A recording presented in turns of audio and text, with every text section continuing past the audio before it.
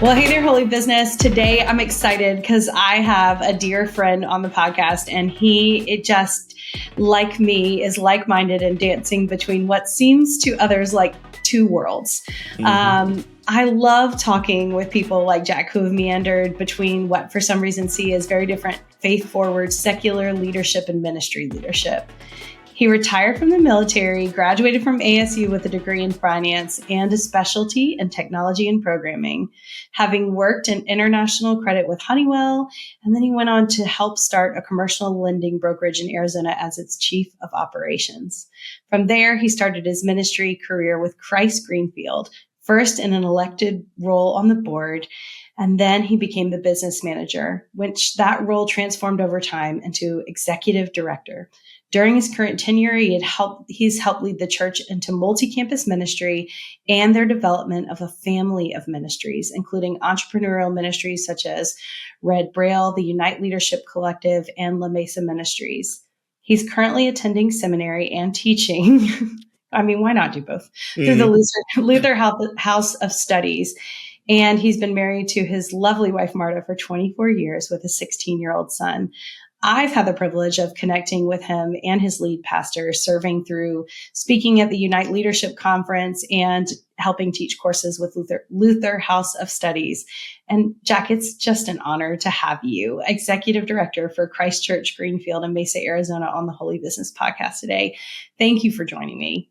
Thank you so much for having me on here, and it's a pleasure to be with you today. Yeah, it's great to reconnect. Yeah. Now, tell us a little bit about the road God called you into that has taken you to your current role. Well, just a little bit about my background story. Yeah.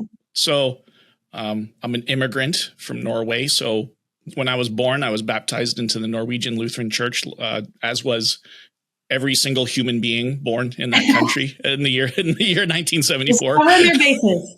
Right. I migrated to the U.S. My mother was American. My father was Norwegian. Raised mostly in my younger years Pentecostal. It didn't really take with me. That was not the kind of the flavor of things that got me excited. So as much as I could pull away from that experience, I did. However, I always considered myself a Christian. I loved studying the Bible. The God of the Bible that I saw there was a God that I was really interested in and really loved and adored, but I was unchurched. So I was not part of a church congregation for a long time, many years growing up as a young adult, until I got married. So when my lovely bride, Marta, and I got married, we decided, hey, if we're really going to be a family, we just both felt convicted it would be good to be part of a faith community and just be plugged in with people relationally. It's funny how marriage does that. What do we need? It does. And I think the data shows that's true. We call it the donut hole there, like people are very involved in youth and then they come back in marriage when they're in family mode. Right. And if anybody can absolutely nail what I call that little donut hole, that's send them my way because I want to know more about that. I feel like it's like we realize we're adulting and we're like, oh no, this is too big. I need help. Yep. So yeah, I was exploring different expressions here and I was getting reconnected with my faith roots. I was learning, I'd studied world religion in college and was trying to understand different things. And it was just really interesting for me to kind of reconnect with my Lutheran roots, what I was baptized into. And I came to Christ Greenfield and I heard the sermons and it was like straight out, just exegeting the Bible, giving what we call law and gospel. And I just loved it. It just lit me up. And so I said, this, and plus it was a super, super family friendly place. My family had already started coming here before me because they had an incredible youth ministry. My sister's quite a bit younger than I was. I said, now this is home. So my wife and I became members here. We got married here at Christ Greenfield, and both became members here. It was the first place I voluntarily decided to become a member at. And I kept a low profile. I just wanted to come and sit and we call it sitting and getting, right? Yeah. Sit and get. That's what I was interested in. Some of the things that I was very adamant about growing up. I was very adamant I was never going to join the military. And I was very adamant I was never going to study business. And I was very adamant for sure that I wasn't going to work in a church. Those are things I was very certain about. I didn't know feel much, like but I was you and certain I have about those very things. similar outlooks and how God handles us. Right. If I say never, 5 years from now, I'll be doing it. Mm-hmm. Yeah. So God pulled me in that direction for sure through, maturity and changing and just the way that relationships unfold. So I'm coming to Christ Greenfield. I'm starting to love the community, but I'm not really, really connected here. I'm just, like I said, sitting and getting, just trying to keep a low profile, just enjoying Sundays. Right. And out of the blue, this lovely old lady, her name was Rena. She was the church organist, and she had been tasked with setting up a praise team. This is like, our church was very traditional. It was organs, and they were just exploring the idea of incorporating contemporary music into what we were doing. And so she sat down to me out of the blue, like, church is over. She comes to me like, takes a beeline right to me after church, sits down next to me and says, "A little birdie told me you play the drums." Bless I was her. like, I don't know who that birdie is. Might have been my mom. Might have told you that. I don't know. Yes, I play the drums, and I couldn't say no to her. Right? She asked me directly. This is what we call an IC&U conversation, right? Being asked directly, right? Yeah. And because if they had just made an announcement, I wouldn't have responded to the announcement. But she came directly to me and she asked me, and how could I say no? So I joined the praise team, and I went from being very passive in the church to being very, very active because, we were doing all the services. You show up super early, you rehearse, you play all the services, you stay to the end. It's a big commitment. So being on the worship team caused me to start building relationships, like real authentic relationships with other people in church, which was amazing. So one takeaway is, if you're trying to figure out how to build more authentic relationships in church, that is one reason to encourage serving, like right off the bat, because I have found that in some ways that's a better way to build relationships than even getting into small groups with people. Absolutely. Mm-hmm.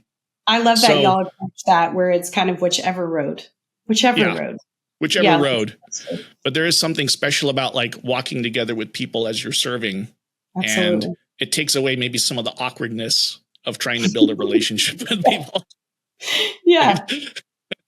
My husband likes to say that people will sit in a room and stare at each other and not share. But if they're like building a fire pit or cleaning out a yard, they all of a sudden are best friends. So absolutely. He's like, give me something to do. It's like an icebreaker. Absolutely. Yeah, totally. Yeah. So I'm on this worship team, and it just so happened that some of the elders were plugged into the worship team too. So there was a vacancy in the church. They needed somebody to serve on at the time they called it a church council, not a board. But the church council had certain executive positions that were very important: president, vice president, treasurer, controller. And the most important financial role, they called it, was the controller. So I was asked because I was working in finance. Remember, I said I wasn't going to study business. Well, the moment I left full-time military, I got a degree in finance, going on the GI Bill, and was working in commercial finance at the time. I'd started off in Honeywell, doing international credit. I was responsible for all the Canadian accounts receivables for the aerospace divisions, and I was responsible for setting credit lines for a lot of our international clients.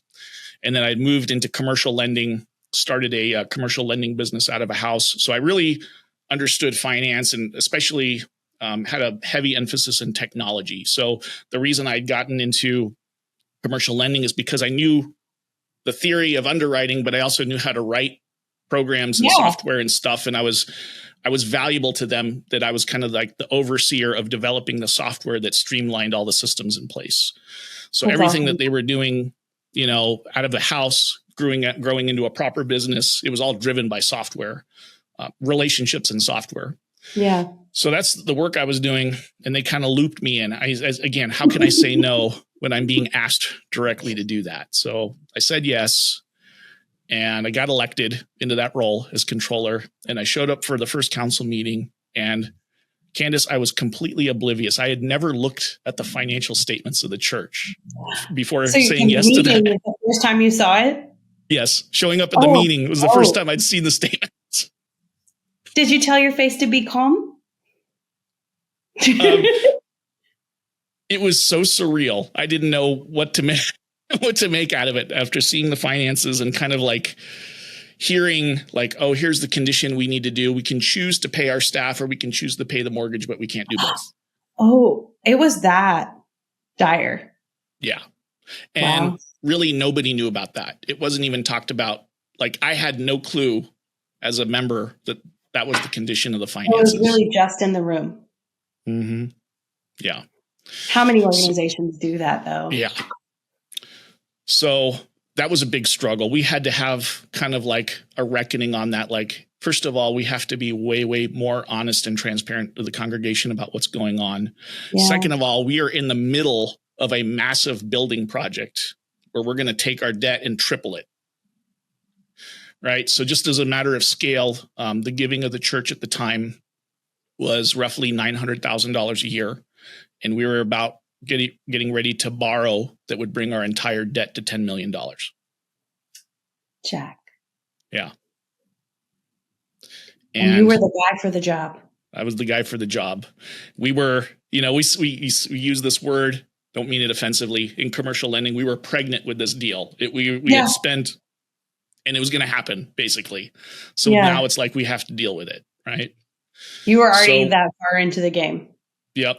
So we were building, and the moment that they got certificate of occupancy on the building, they went into default. Right. These are the conversations I'm having with the congregation. Right. And we were 90 days past due. You're sharing all of this candidly. They were open to that commitment and went with it. That's a big deal to gain that kind of commitment. That's a culture change. Yeah, it was really tough. I mean, and you had to kind of unpack like how did we get here to begin with? Like how are we thinking that we think like this is the right way to move to, right? So I'm navigating in the process of this happening. And I'm also having conversations about like, how did we get to this point? Because the church had already had, a fairly large budget. They ran a school. So the church and the school together, probably close to $2.5, $3 million budget. And they had nobody on staff doing accounting. So the burden was on me as a volunteer to work my full-time job and then come in the evening and do accounting and do reporting and analysis and, manage accounts payable and all that kind of stuff as a volunteer. So it was a second job that I had to do.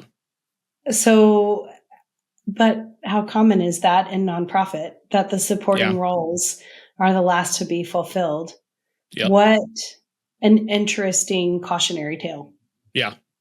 So first of all, the organization had no guardrails. Right.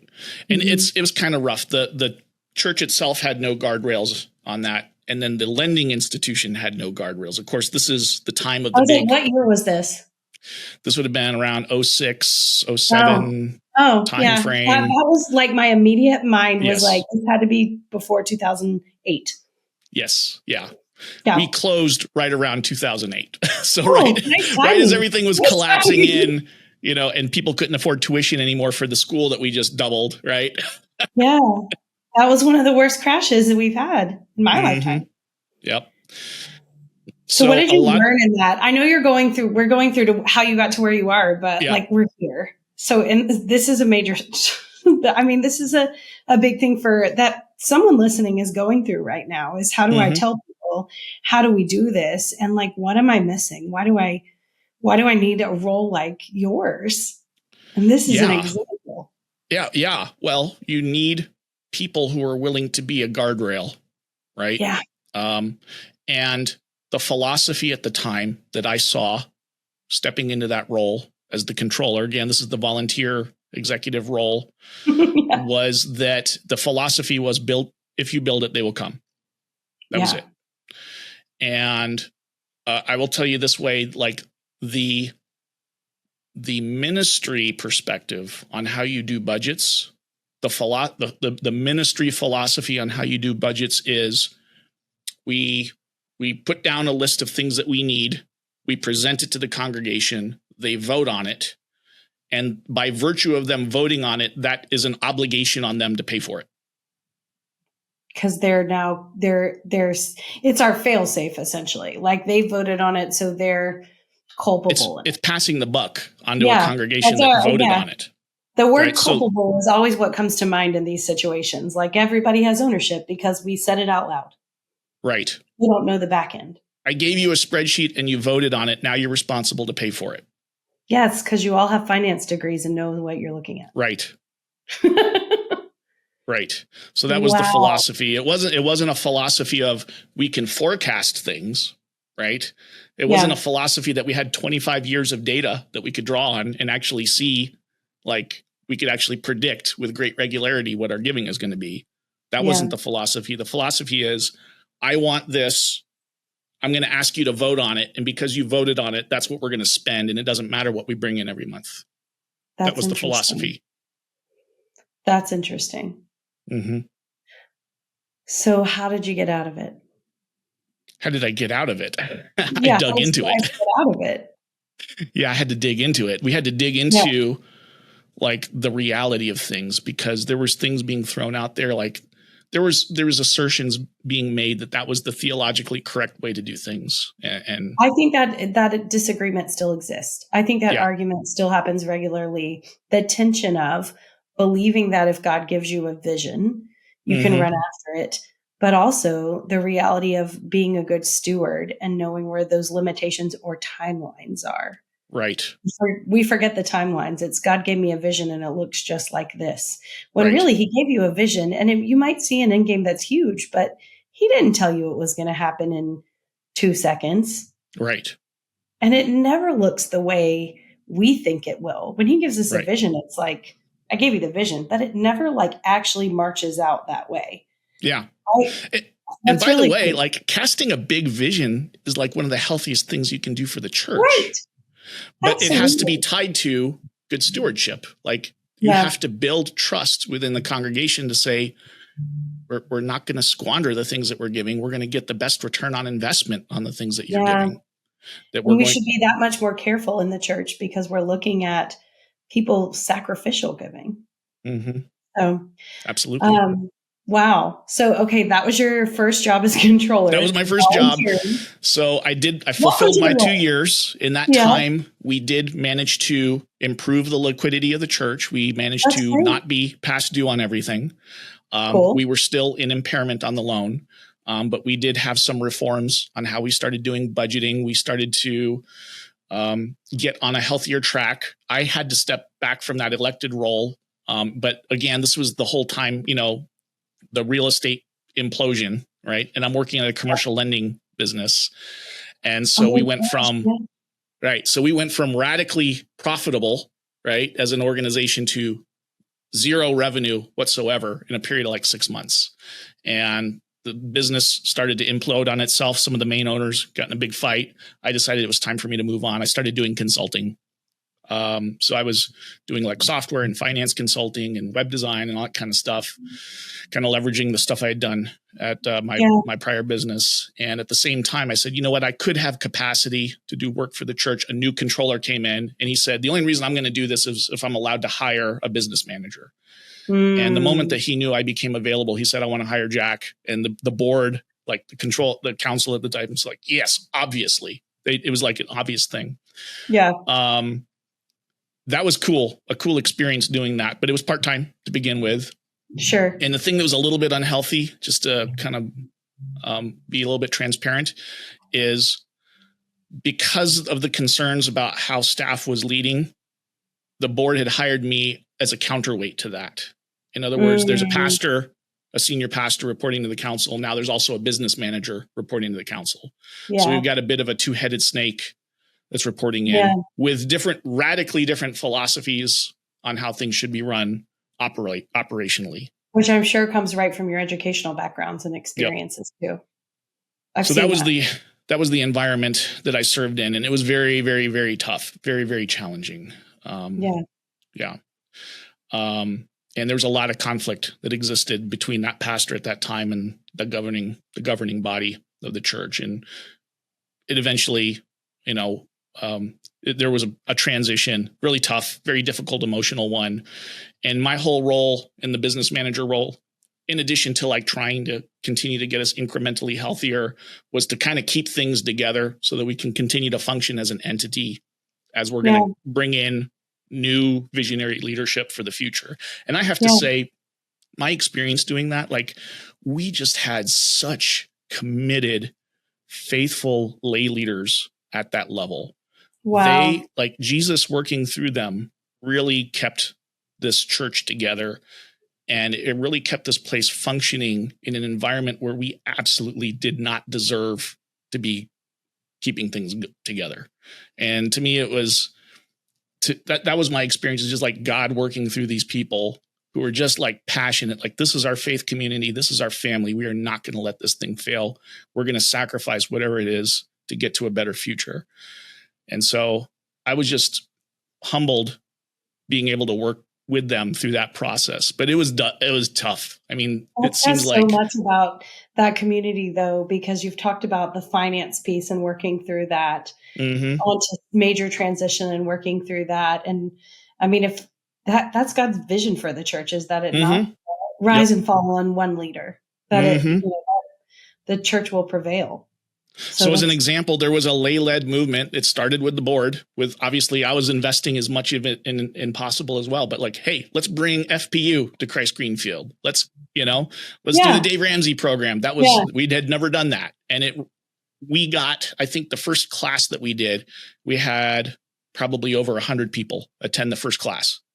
That was amazing. The demand for it because we had never talked about it. Right. It was not a part of our culture. So we started to transform the culture here about how we think about money. And it really shifted, like, not just it wasn't just an executive effort. It was a cultural transformation that we needed to do to get ourselves on a healthy track. Right. Yeah. So you went through this transition and then you were sitting in kind of this executive director seat, which in the nonprofit world is the CEO.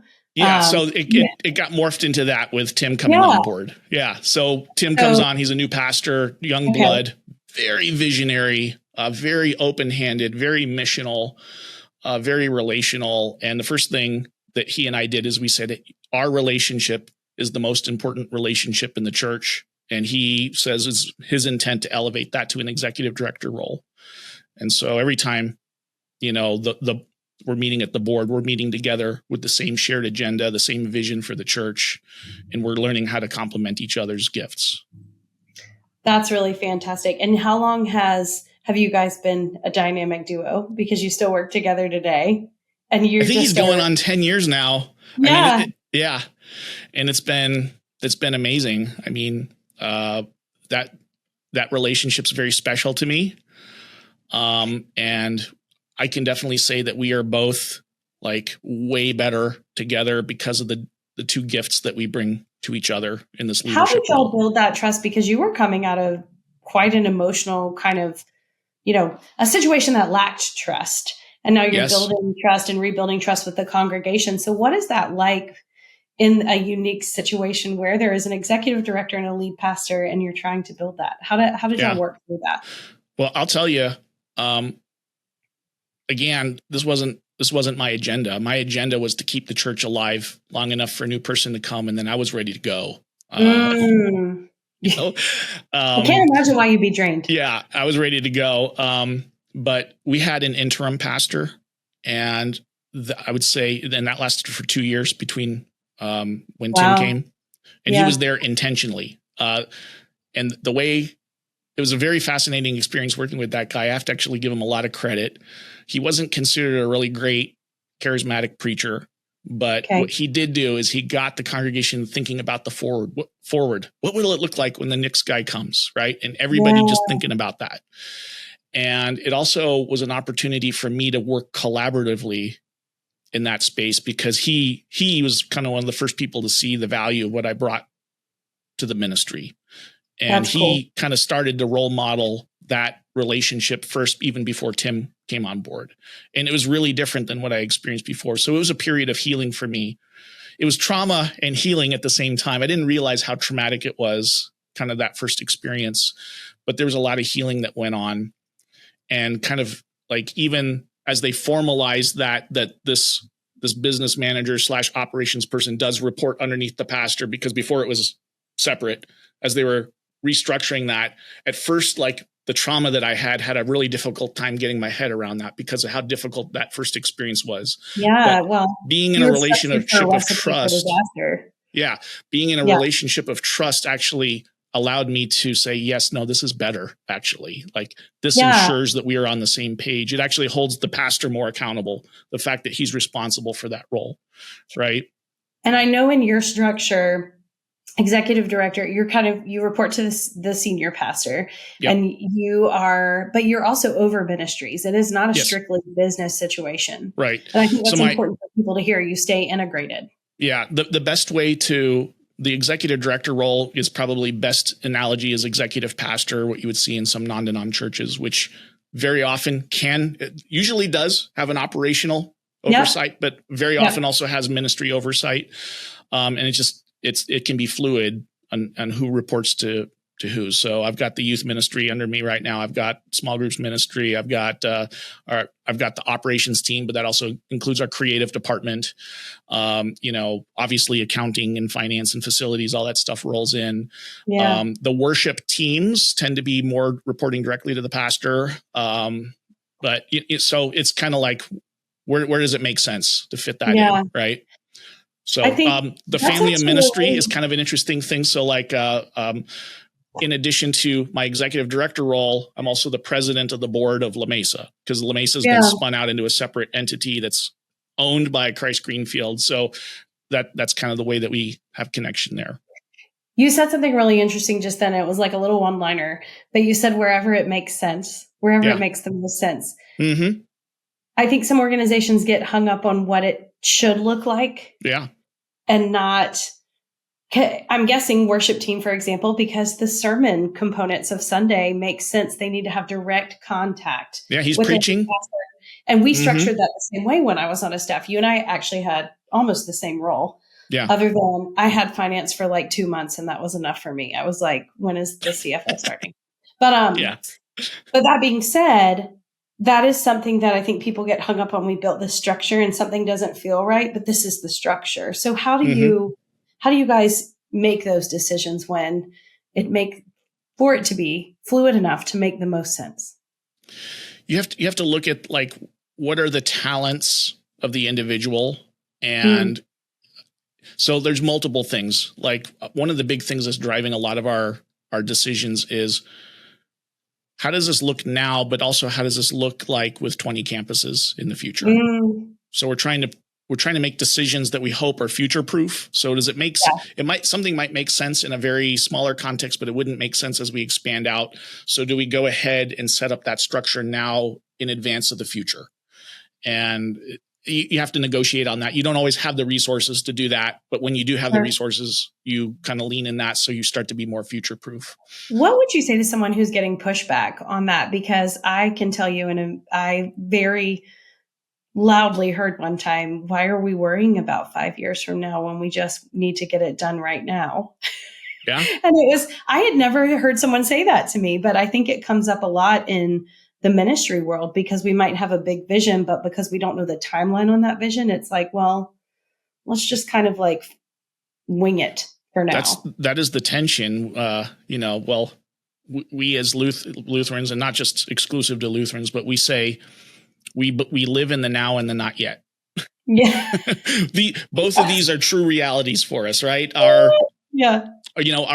eternal salvation is not yet, but it is also a now. Right? Because we are saved now, but we're also resurrected in the future. So we live in the now and the not yet, and we have to think of ourselves as beings that live in the now and the not yet at the same time. And so vision casting is a not yet thing, and how we implement day to day is a now thing. And you actually have to like love and enjoy and honor both spaces really well. Now, we've talked about several big battles. Once you and Tim got everything flowing, and you kind of knew your roles, and now you're doing. It's so cool to see everything that's happening with Christchurch Greenfield. Honestly, what in your executive director role has been the hardest challenge?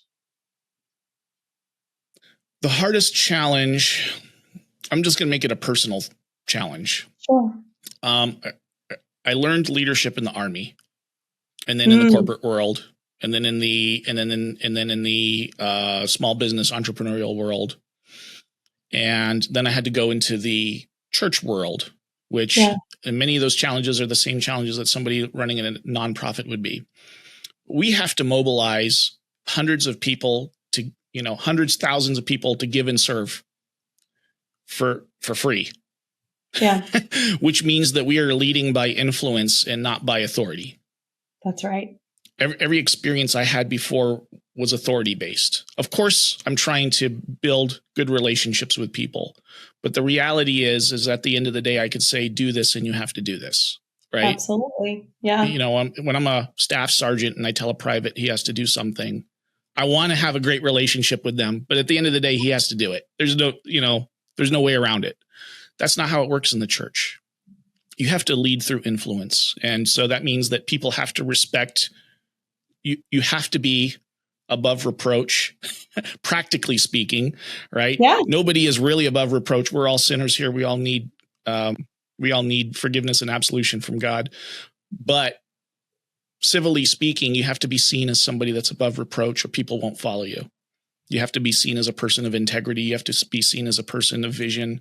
You have to be known as somebody that cares about people, right? What's that old saying? Before people care about what you know, they need to know that you care, right?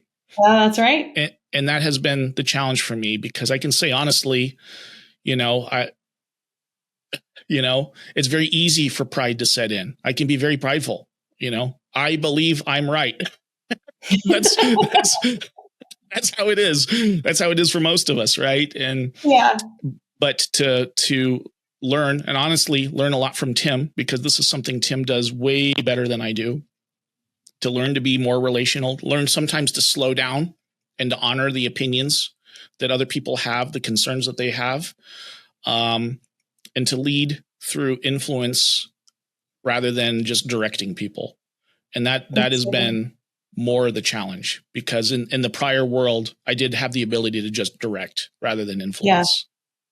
They just had to go. Yeah. And I will say this to people, like, if you're a business person and you're looking at the church and saying, oh, they have an easy job. No. So wrong. So absolutely wrong. The work that I've done here as a business person in the church, to me, feels, 5-6 times harder than anything I did in business, honestly. I would agree with that. And to me, it's because of that, because it's an influential form of leadership. You have to get people to want to do it rather than they have to do it.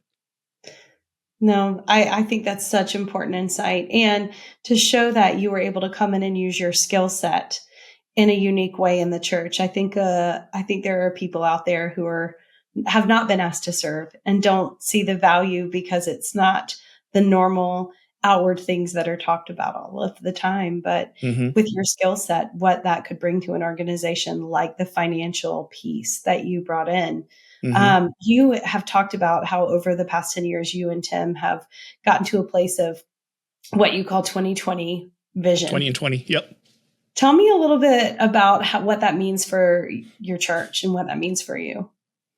The history of that, it evolved from, first of all, just looking outside of ourselves, right? Yeah. Because in our context, we have a very traditional way of planting and doing ministry.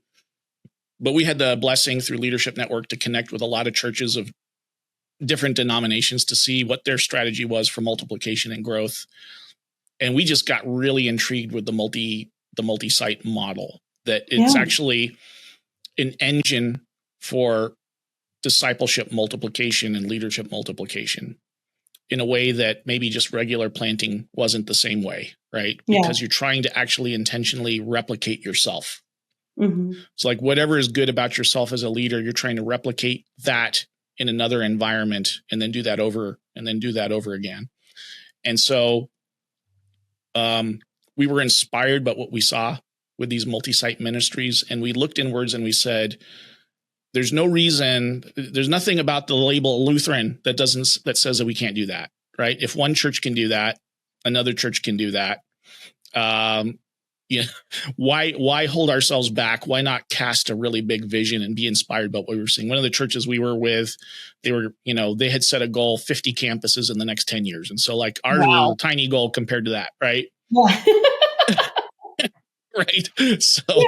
So we're like, okay, we're going to do this. And this is what I love about the vision, is that it holds us accountable to our values. We set a value that leadership development is our passion, that our mission statement is about multiplying disciples. So what is a goal that actually proves that that's what we care about? And that's what the 20 and 20 goal was. The 20 and 20 goal was meant to prove that that's what we care about. It's about drawing a line in the sand. And it's also intentionally set so big that we didn't know how to do it, honestly. To be able to look back and say, only God. So the ULC, the Unite Leadership Collective, which is kind of the movement that has been birthed out of Christ Greenfield, where when we knew that we had to be best in the world at leadership development, we said, well, why don't we put together an entity that curates all of the best practices for that, so that we have it for ourselves. But then we said, if we're going to have it for ourselves, why would we not give it away to the wider church? There's a lot of churches in our denominational context that don't even think about this. Hey, maybe there's an opportunity for us to translate to that and make it relevant to them, and they can understand what it looks like in their context to do that. So that was kind of the birthing of the Unite Leadership Collective for us. And so we're building then all of these pillars of that we don't have, but we need to have to get there. We need a people development pillar. We need a facility development pillar. We need funding development. So now we're starting to build all this infrastructure. And then we've got this family of ministries that comes along. We're huge, passionate about parochial school. Like that is like a very Lutheran thing. They're the second biggest school system in the country. I did not know that. It's got a big brand. And the reason, if you come to Christ Greenfield and you see, oh man, there's so many young families, it's because we've learned to leverage our school as an on-ramp into ministry. Right. That's really cool. This is like a side note. But when I got to like interact with these people in Leadership Network, you're touring all these big mega churches, and they say, hey, look at this youth space, and it looks like Disneyland. And they say, I got 500 kids coming here every Sunday and they're learning about Jesus. I'm like, whoa. And then I look at my school and say, I got 500 kids that are learning about Jesus every single day. Every day. Yeah.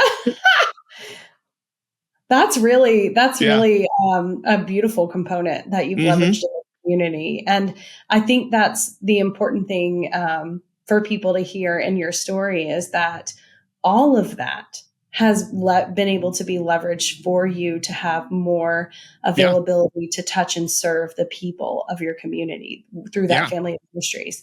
And that's the ultimate goal. And it's entrepreneurial thinking, right? Yeah. Because the school is a business and it generates revenue, and 2/3 of our budget is school tuition. And what does that mean for us? It means that even before we even thought about multi-site campus, we had 137 people on staff.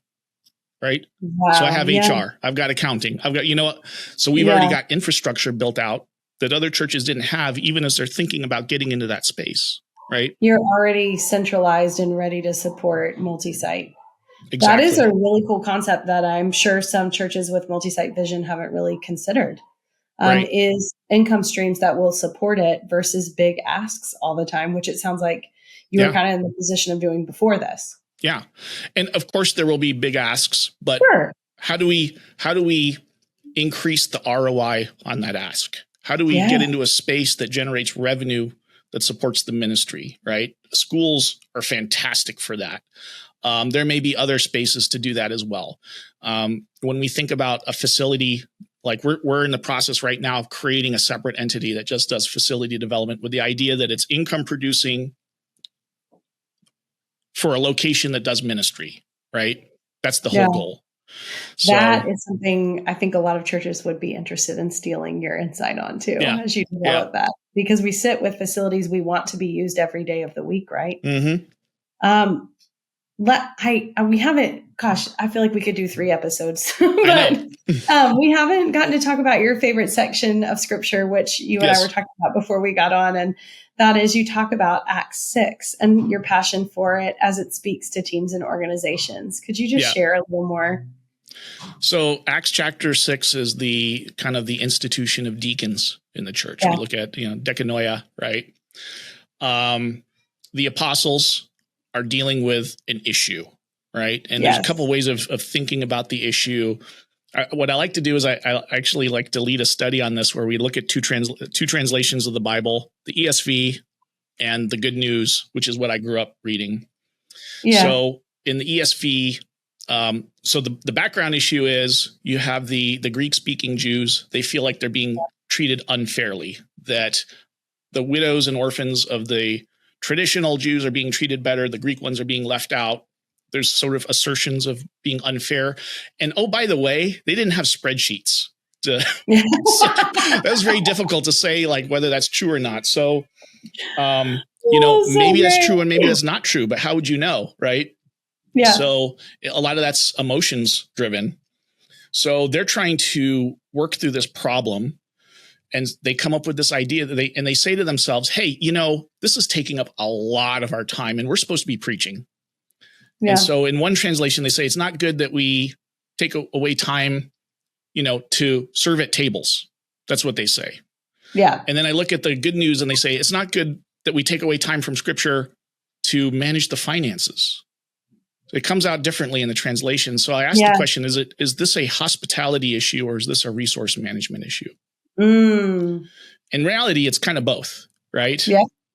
They need to manage their resources way, way, way better in order to provide the kind of benevolence and care and respect that the community is expecting. And they as pastors, as preachers, don't have that capability of doing that. So they create this role of deacon. And then when you look, they're all kind of Greek-speaking people. And then you got like the first martyr, who was one of the guys that was in there, So I always look at that, like when I think of my role, I don't use the word executive pastor. I prefer to use the word executive deacon, because that's what I am. I'm here to wait on tables and manage the resources and make sure that the resources of the church are being stewarded well. And then what do they look for the characteristics of those people? People full of wisdom and spirit, faith, right? So there's a faith component to it, but a wisdom. What is that wisdom? Spreadsheets. My favorite thing. Yeah. Right. I love that biblical balance that we always see. And it, you have Mary and Martha, and you have Acts 6, and you have so many, and then you have Romans saying, let them serve in all their gifts to the measure of their faith. So I think that's so important for people to hear, whether they're a CEO, an owner, or a pastor listening. Every part of the body is so important. And I find so many times in ministry or in business or in organizational nonprofit, that's the struggle, right? Is that they're all important, and we tend to choose one side being more important than the other, depending on the culture of the organization. So I really appreciate you sharing that. Yeah. And then what was the outcome of that? They share in Scripture, thousands were added. Right. Like massive exponential growth. All because they were able to get through their first fight. Yep.